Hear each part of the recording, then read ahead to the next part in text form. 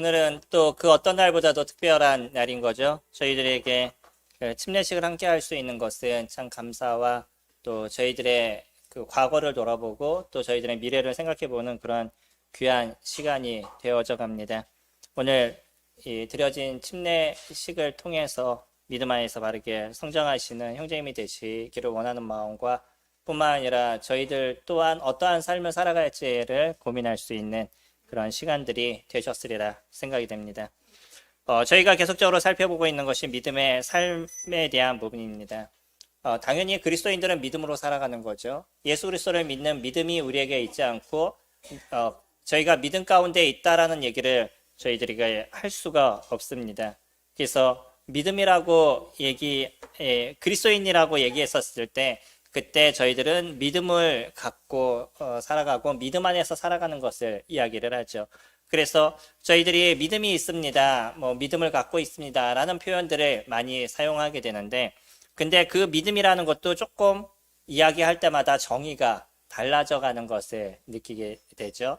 그래서 믿음이 무엇인가, 또 믿는다는 것은 어떤 것인가 라는 것에 대해서 저희가 히브리서 11장을 통해서 계속적으로 살펴보고 있습니다.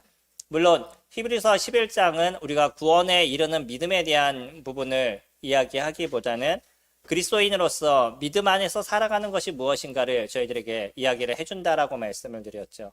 그렇기 때문에 예수 그리스도 그분이 우리의 죄에 대한 문제를 해결하셨고 예수 그리스도 그분을 믿는 믿음 안에 있었을 때 참된 구원의 은혜를 누린다는 이 기본적인 전제가 저희들에게 있지 않고 믿음 안에서 살아간다는 이야기를 할 수가 없겠죠.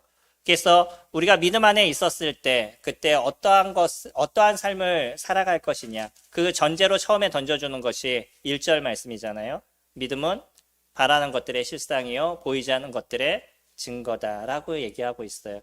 그래서 믿음은요, 우리가 무엇을 바라느냐라는 것이 실질적으로 드러나는 것이고, 그리고 보이지 않지만 그것이 우리들 가운데 증거로 나타나주고 있습니다. 하지만 많은 사람들이 이 말씀을 오해한다라고 얘기를 하죠.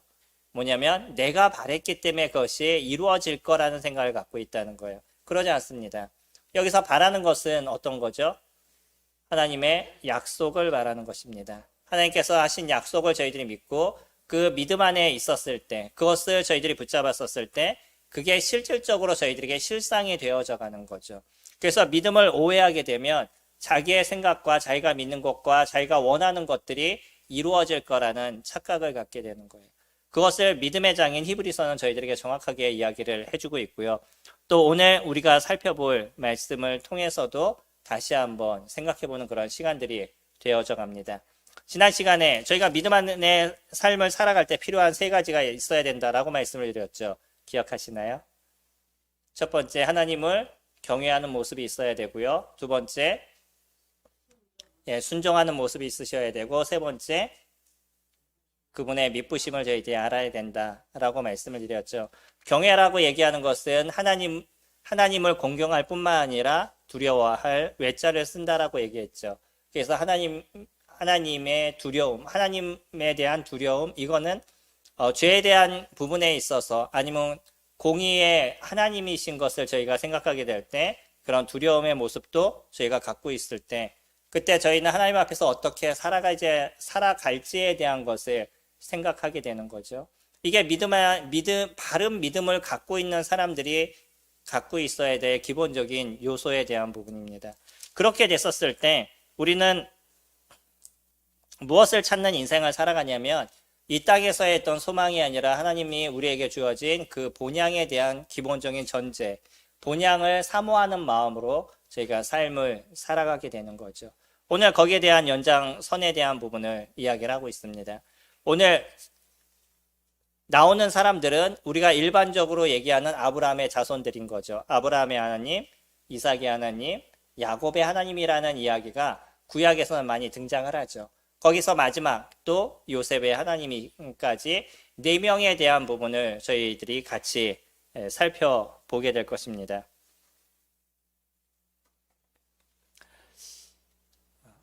우리나라가 지난 10일 날 노벨 문학상을 받은 걸 아시나요? 관심이 별로 없으시나요? 굳이 그렇게까지 생각하실지 모르지만 이거 엄청난 일입니다. 우리나라가 노벨상이 지금 두 번째인 거죠. 하나는 김대중 대통령의 평화상. 실질적으로 그 사람의 능력이나 이런 걸 통해서 받은 게 이번에 처음 받은 노벨 문학상입니다. 물론 이제 이분이 노벨 문학상을 받기 이전에도 문학상이라고 얘기하면 3대 문학상이 있다라고 얘기하더라고요. 그 중에 하나의 문학상을 또 이전에도 받았었는데, 그럼에도 불구하고요, 요번에 노벨 문학상을 예상할 때 예상 순위에서 벗어난 분이었었어요. 그러니까 20위 안에도 끼지 않았던 분이 이번에 한강이라는 분입니다. 근데 이분의 이름이 호명되게 됐었을 때 전 세계 모든 사람들이 패닉에 빠졌었어요. 누군가? 라는 생각을 갖게 되고요. 하지만 우리나라에서 있는 전문가 중에는 이분이 노벨상을 5년 안에 받을 거라고 예언을 했던 사람이 있더라고요. 네, 실질적으로 이번에 그분이 그 문학상을 받게 됐는데, 그의 아버지도 똑같은 문학인이에요. 그래서 그 피가 피는 못 속인다라는 생각을 갖게 됐습니다. 물론 이분의 책을 저도 읽어보진 않았었어요. 책 제목만 하나만 알고 있었는데, 제가 그래도 책 제목은 어느 정도 좀 알고 있는데 이분의 책 제목을 거의 제가 모르고 있더라고요. 그 중에 한 책만 제가 알고 있었었는데, 나중에 기회가 되시면요, 한번 읽어보셔도 좋을 것 같습니다. 물론 책을 구입하기 쉽지 않으실 거예요. 지금 뭐 교보문고라든지 인터넷이라든지 모든 곳에서 다 품절 현상이고요. 이분의 책 9권이 베스트셀러로 지금 다 올라가 있어요. 그래서 전 세계적으로도 지금 이분의 책을 읽고자 하는 사람들이 많고, 우리나라도 지금 그 열풍이 일고 있어서 기회가 되시면 한번 읽어보시면 또 이분들이 갖고 있는 지식들, 지혜들, 저희들이 그런 것을 얻을 수 있겠죠. 제가 요즘 그 몇 장을 넘겨보고 있는 책 중에 그런 책이 있습니다. 만일 나에게 단 하루의 아침이 남아있다면 이라는 책이에요.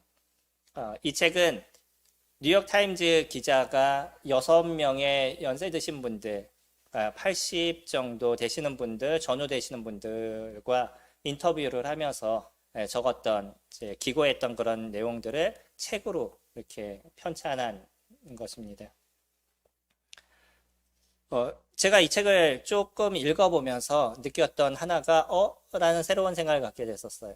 보통 60이 넘으시고 70쯤 되면 인생에 대한 어려움들 이런 것을 가지시게 되는데, 의외로 80이 넘으시면 20대가 누리는 삶처럼 삶의 만족도가 높다라는 얘기가 있더라고요.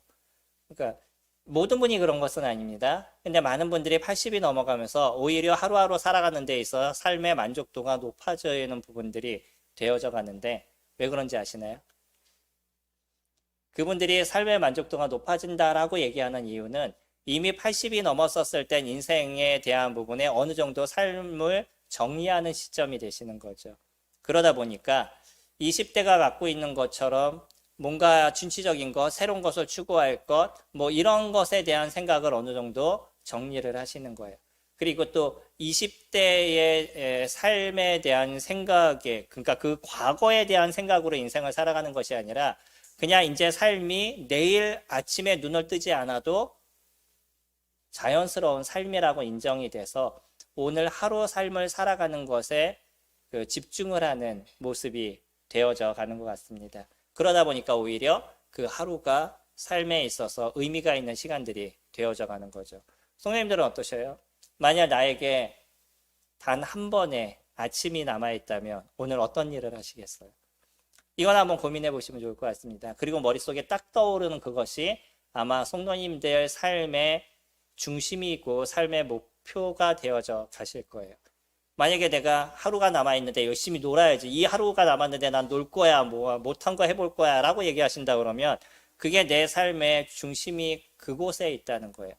그러나 내가 살아가는 삶이 그러니까 어저께 살아왔던 삶을 내가 하루가 남아도 그냥 살아가겠다, 동일하게 라고 생각을 하고 계신다 그러면 난 여전히 오늘 하루의 시간들을 아름답게 보내고 있는 나의 인생이다 라고 얘기할 수 있겠죠.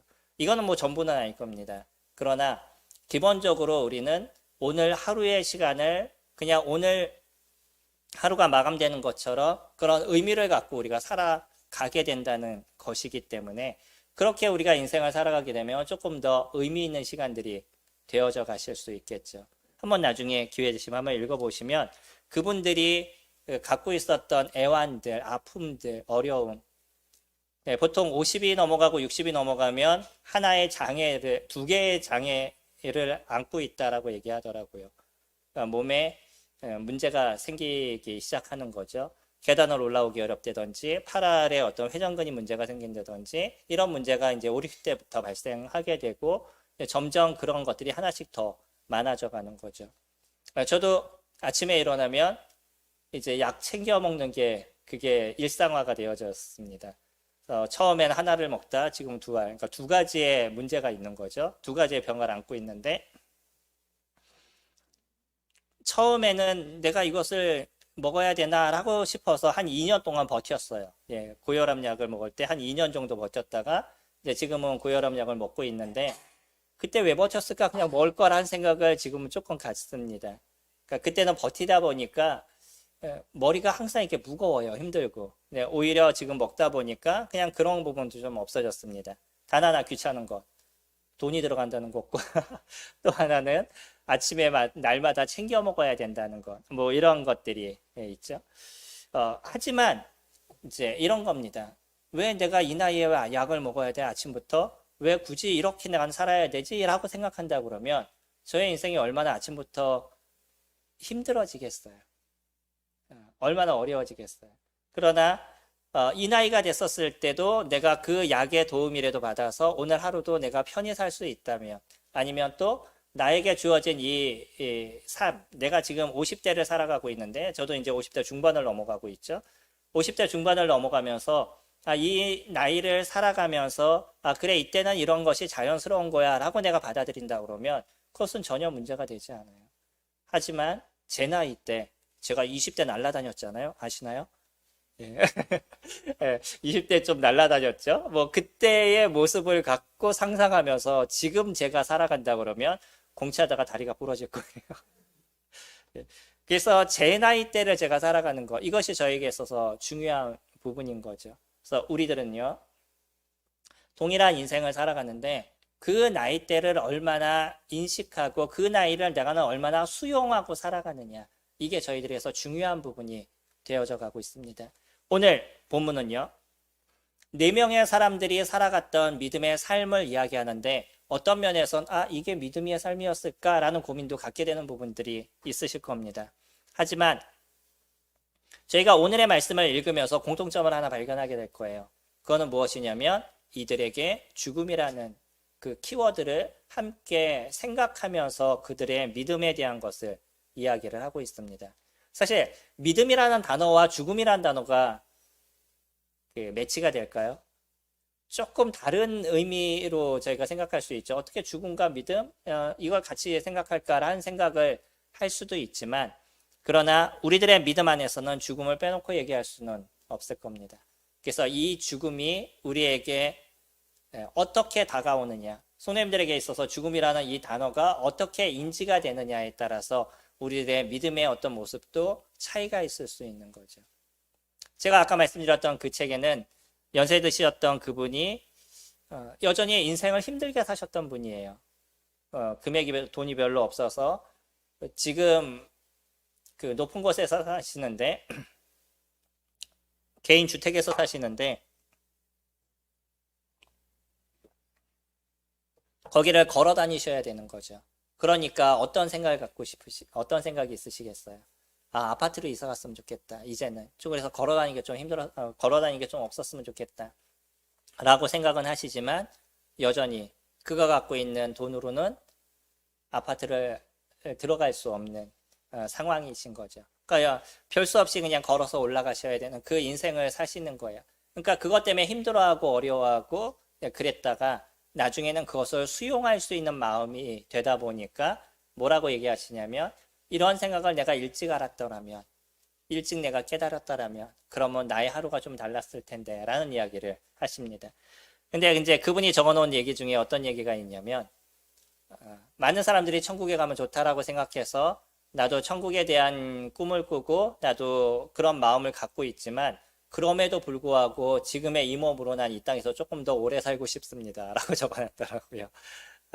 그래서 이분이 갖고 있는 그 마음의 그 여유힘, 물론 오늘 하루를 수용한다는 그 자체에서는 좋은 부분을 갖고 있지만 여전히 죽음이라는 것을 통과하지 못한, 그래서 여전히 그의 어떤 그 삶에 연연할 수밖에 없는 그런 모습이 그분에게 남아있겠구나라는 생각도 같이 가져보게 됩니다.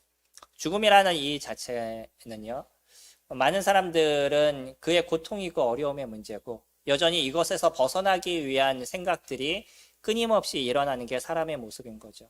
왜냐하면 이 죽음은 우리가 그 이후에 대한 삶을 모르기 때문이에요. 그래서 이 죽음으로 인해서 모든 것이 끝날지, 이 죽음으로 인해서 또 새로운 세계를 들어갈지, 그거에 대해서 아무도 알 수가 없습니다.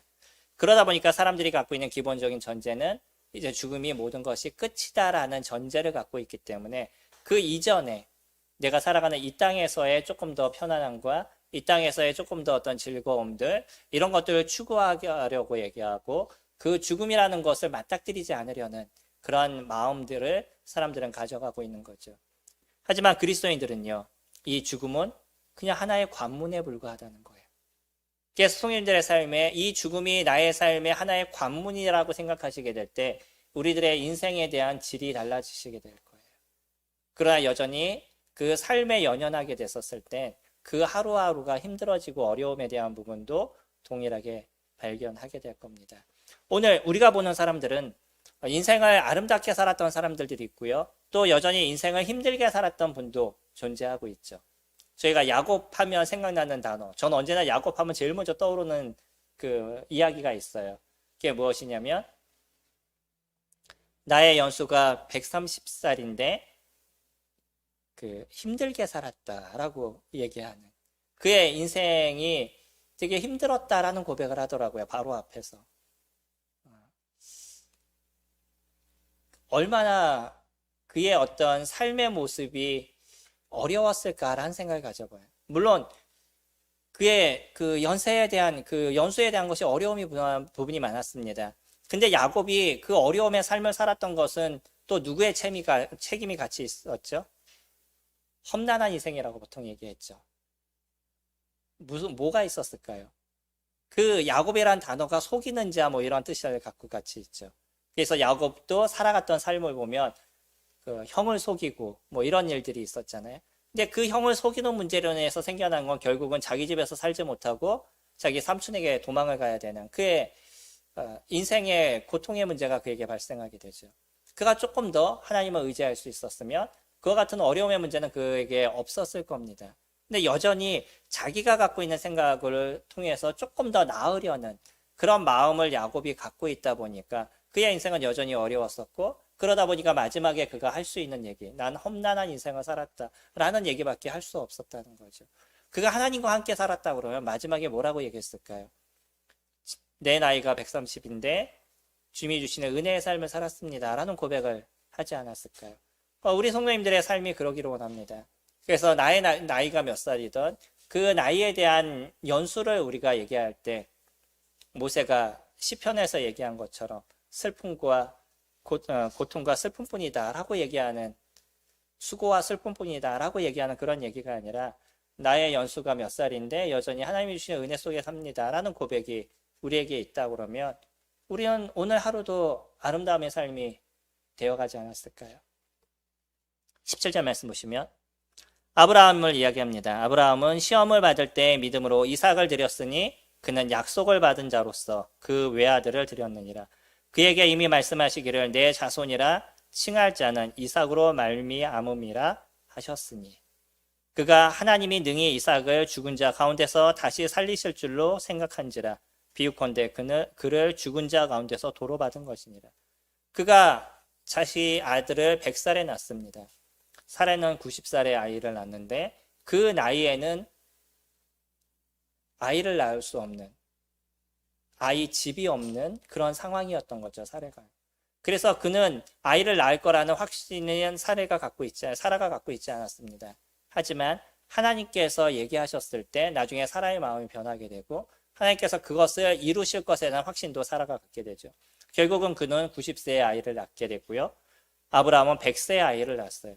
100세의 아이를 낳았으니 그 아이가 얼마나 예뻐요. 자유가 예쁘시죠. 나이가 들면 들수록 낳은 아이가 더 예쁜 것 같더라고요. 저는 조금 일찍 아이를 낳습니다. 결혼한 지 1년 만에 바로 결혼하자마자 아이가 생기고 그 다음에 바로 아이가 나오다 보니까 제가 28의 아이를 낳은 거죠. 27에 결혼을 해서. 28의 아이를 낳다 보니까 그리고 또 2년마다 아이들이 나왔어요. 예, 계속 아이를 키운 기억밖에 없는 거예요. 그때 시점에서는.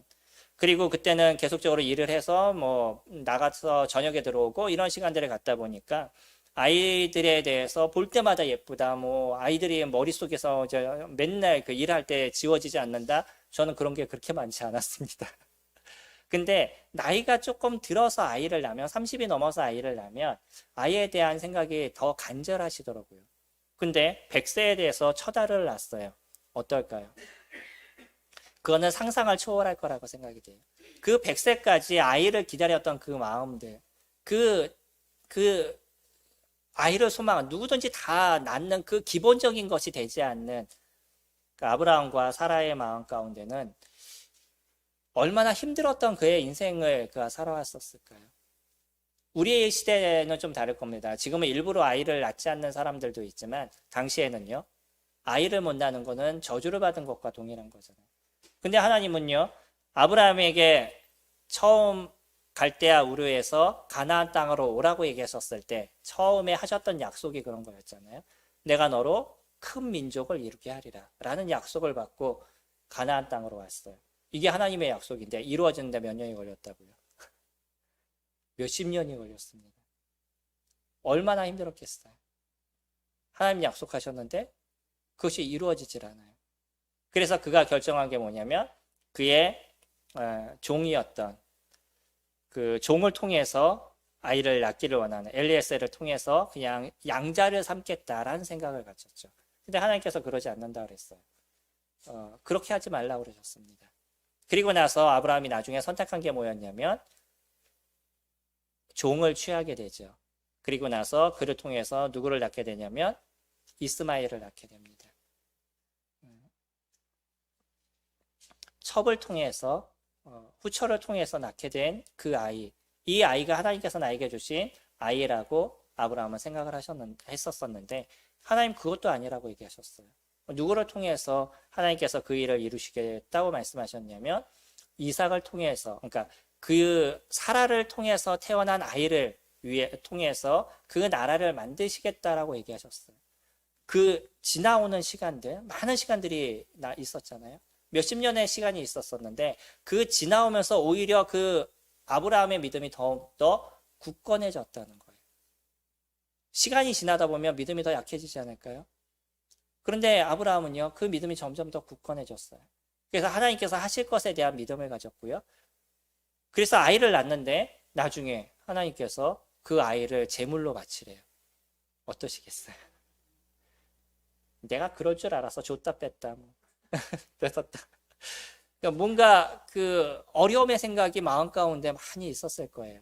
하지만 아브라함은요, 무엇을 생각했냐면 하나님께서 100세에 나에게 이 불가능한 아이를 주신 그분이라고 그러면 동일하게 하나님께서는 이 일을 어떻게 해결하실지 그분이 만들어 가실 거라는 믿음이 있었다는 거죠. 이것이 믿음인 거예요.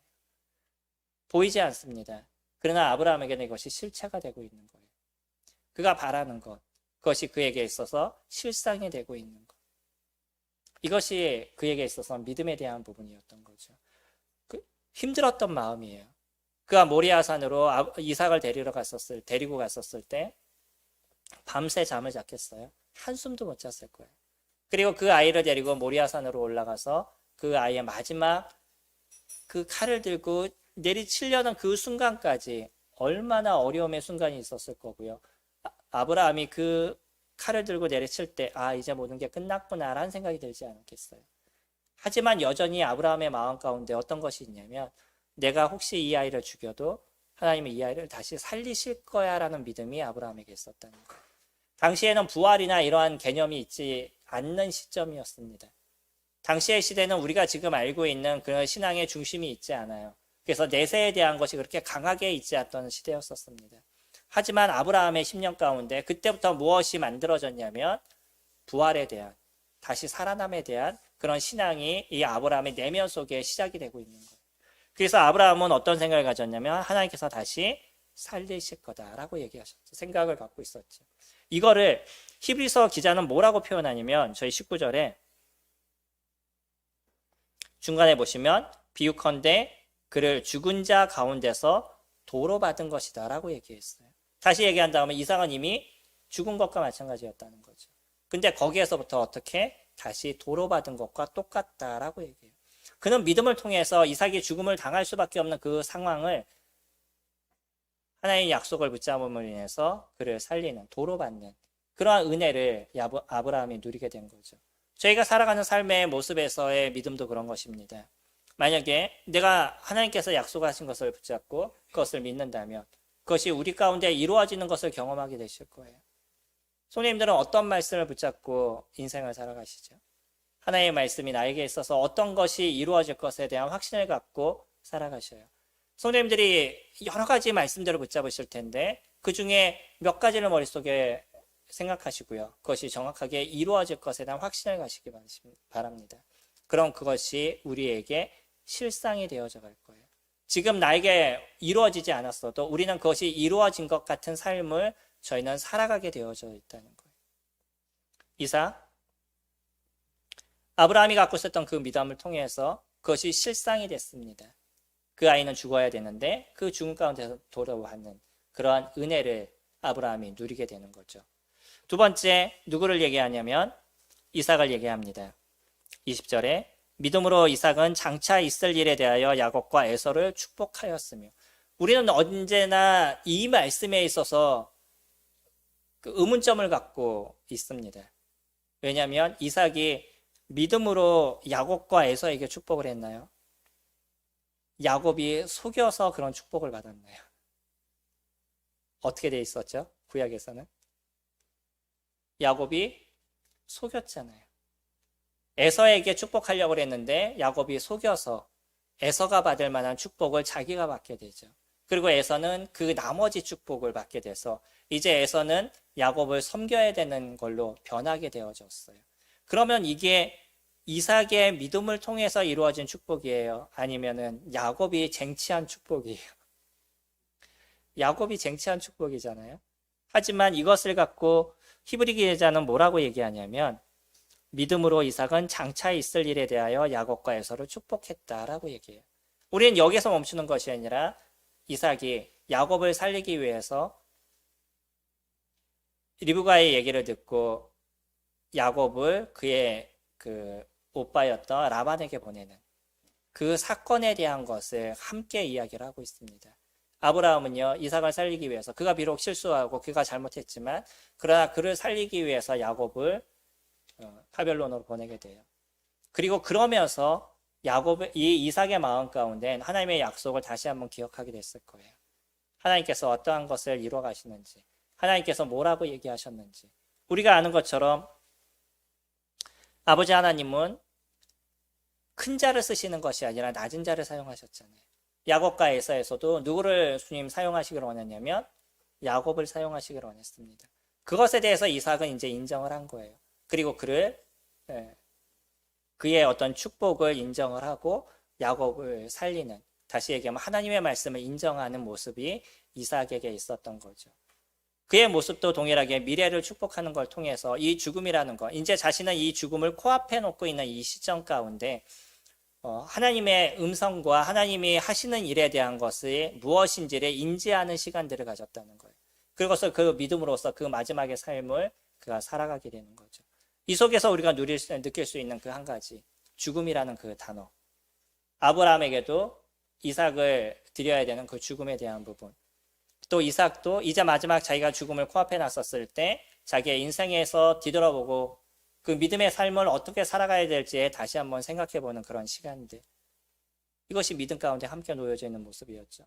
또 그 다음에 21절에 믿음으로 야곱은 죽을 때에 요셉의 각 아들에게 축복하고 그 지팡이 머리에 의지하여 경배하였으며. 우리가 알고 있죠. 애굽으로 간 야곱은 이제 마지막 거기서 죽음을 당하게 되는데 죽음을 당하기 전에 누구를 부르냐면 그의 자녀들을 부르게 되죠. 그리고 특히 요셉의 자녀였던 에브라임과 므낫세를 부르게 되고 두 므낫세가 형이고 에브라임이 동생임에도 불구하고 에브라임의 머리에 오른손을 얹어요. 이스라엘 사람들에게 있어서 특히 아랍 사람들에게 있어서 오른손과 왼손은 완전한 차이가 있잖아요. 그 오른손을 에브라임에게 얹으니까 요셉이 그것을 불편하게 여겼어요. 하지만 야곱은 그것을 알고 있다라고 얘기하죠. 그러면서 내 아들아 내 아들아 내가 알고 있다라는 표현이었어요. 그 손을 반대로 얹고 그들을 축복을 합니다. 야곱은요. 그의 오랜 인생, 그 험난한 인생을 살아왔던 그 오랜 인생 속에서 여전히 하나님이 어떠한 역사를 그에게 보이시고 하나님께서 그의 삶에 어떤 것을 이루셨는지를 갖다 기억하는 시간들이 되었을 거예요.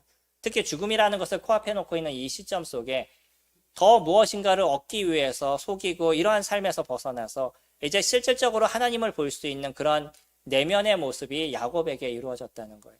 그래서 하나님께서 무엇을 원하셨는지 자기의 형이었던 에서가 아니라 자기를 선택하셨던 하나님의 모습처럼 지금 자기가 축복하는 이런 모습에 있어서도 낮은 자에게 축복하는 것, 그것이 하나님의 뜻인 것을 인정을 하고 야곱은 그와 같은 마지막 축복을 이루게 되죠. 그것이 예수 그리스도 그분을 이 땅에 보내신 하나님의 마음이셨잖아요. 여기에서부터 숨겨져 있는 하나님의 은혜를 저희들이 볼 수 있는데 하나님께서는 높은 자를 사용하지 않으셨어요. 낮은 자를 사용하셨습니다. 그래서 예수 그리스도 그분이 이 땅에 오실 때도 가장 낮은 자의 모습으로 이 땅에 오셔서 어디에서 태어나셨냐면 마국간에서. 어디에 누이셨냐면 구유에 누이시는. 그게 예수님이 이 땅에 처음 접하게 된 모습이었고요. 그리고 그분의 죽으심도 좀 더 고상하고 아름답게 죽음을 이룰 수 있음에도 불구하고 어디에서 죽음을 당하셨냐면 죄인의 형틀, 가장 악랄한 사람을 죽이는 그 형틀인 십자가의 형틀을 그분이 당하셨던 거죠. 가장 낮은 자의 모습으로 죽음을 당하셨어요. 오죽하면 산인을 저지렀던 강도가 옆에서 예수님을 조소하고 조롱하는 그런 이야기까지 들었던 것이 예수님이 죽으시는 그 당시에도 받았던 아픔에 대한 모습이었잖아요. 하지만 그런 죽음은 가장 낮은 자의 죽음으로 끝난 것이 아니라 그 죽음을 통해서 가장 높은 자리에 앉으신 것. 지금 하늘의 우편에 앉으셔서 마지막 그때를 준비하고 계시는 것이 예수 그리스도 그분이시고요. 이제 그곳에서 우리를 위해서 중보기도를 이루신 것이 예수 그리스도 그분이셔서 가장 낮은 자의 모습으로 죽음을 당하셨지만 하나님께서는요, 그를 가장 높게 세우셨죠.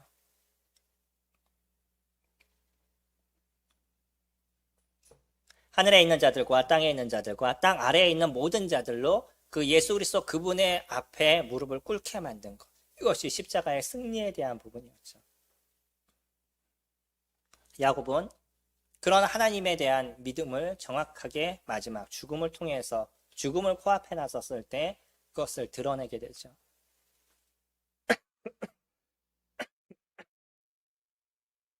마지막 22절 보시면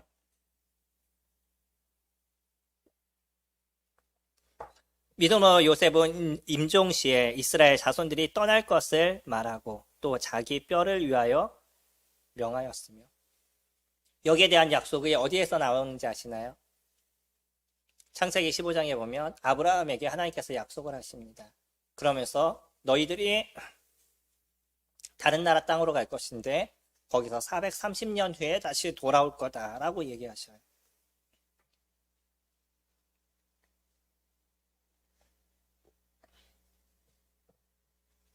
아브라함의 약속은 아브라함이 듣고 가만히 있었을까요?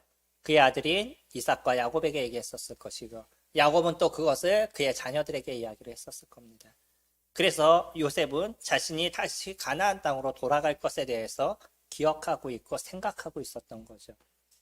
비록 그는 애굽에서 총리가 되었었어요. 거기에서 묘를 만든다고 그러면 어땠을까요? 가나안에서 묘를 만드는 것과 애굽에서 묘를 만드는 것 어떤 차이가 있을까요? 저희들이 알고 있죠. 바로 왕이 죽었었을 때 무엇을 만들었는지 피라미드죠. 그러면 그 총리가 죽었을 때도 그 정도는 아니지만 웅장한 그런 묘를 만들어줬겠죠. 하지만 요셉은요 무엇을 선택했냐면 가나안 땅으로 돌아갈 것을 선택했습니다. 그래서 그의 자녀들에게 내가 죽으면 가나안에 묻어다오라고 얘기를 해서 아브라함이 사놨던 그 땅에 같이 묻히게 되죠. 그가 생각했던 건 단지 이곳에서 아름다운 그 웅장한 그런 묘 안에 내가 갇히는 그곳에서의 어떤 장사를 지냄을 받는 그것을 원한 것이 아니에요. 요셉은요, 다시 하나님께서 얘기하신 그 약속의 땅으로 돌아가는 것. 그건 하나의 그가 가야 될 본향이 무엇인지에 대해서 정확하게 인지하고 있었던 요셉이었다는 것을 알게 되죠. 우리 16절, 지난주에 봤었던 16절 말씀 보시면 그들이 이제는 더 나은 본향을 사모하니 곧 하늘에 있는 것이라. 이러므로 하나님이 그들의 하나님이라 일컬음 받으심을 부끄러워하지 아니하시고 그들을 위하여 한 성을 예비하셨느니라. 아브라함, 이삭, 야곱, 요셉 모두 다 자신이 있어야 될 본향이 어딘지에 대해서 알고 있었습니다. 그들은 가나안 땅이 본향이 아니었었어요. 그건 하나의 예표가 되는 것이었고 이들은 그들이 가야 될 본향이 이곳이 아니라 하나님께서 예비하신 그 아름다운 성이었다는 것. 그것에 대해서 정확하게 인지하고 있었던 것이 이 네 사람의 모습이었어요.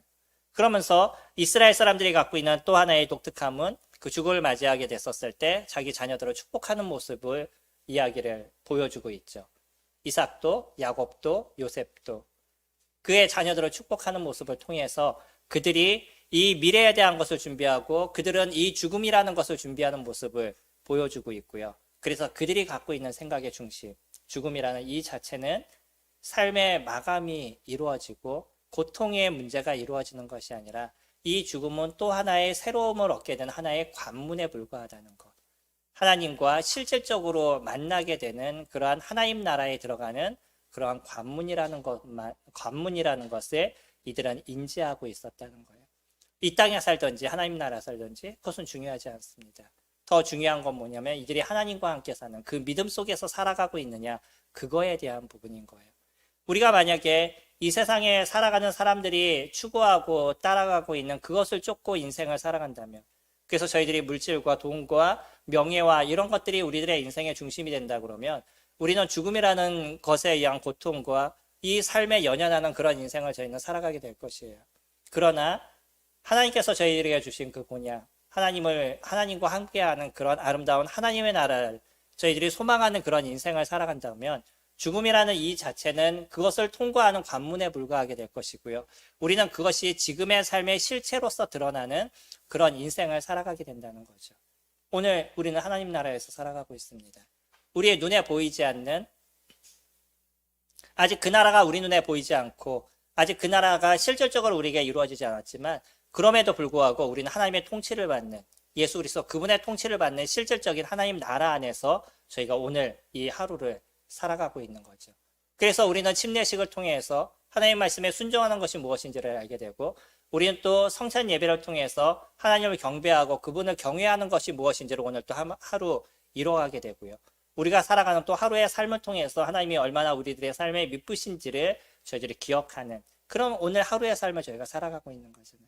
이것이 저희들에게 기쁨이 되고 이것이 우리에게 있어 하나님 나라의 아름다움이 도래하고 이것으로 인해서 우리는 즐거움을 누리는 그런 인생을 살아가게 되는 거죠.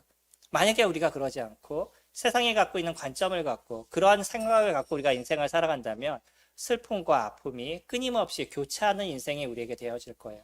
물론 주님을 섬기지 않아도 기쁨이 있을 겁니다. 그러나 그 기쁨이 영원하지 않다는 거예요. 다시 고통과 아픔이 도래하게 되고 이 고통과 아픔이 오히려 그 기쁨을 잠식하는 그래서 인생의 모든 것이 이삭이 얘기했던 것처럼 험난한 인생을 살았다라고 얘기하는 그런 모습이 우리 가운데 되어져 갈 것이죠. 하지만 우리에게 일어난 그래서 이 믿음 안에서 살아가는 삶을 저희가 이뤄가고 그것이 실체가 된 우리들의 인생이 되어져 간다 그러면 오늘 우리는 하나님 나라 안에서 그분과 함께 누리고 즐기는 그런 인생의 모습들이 되어져 가실 거죠.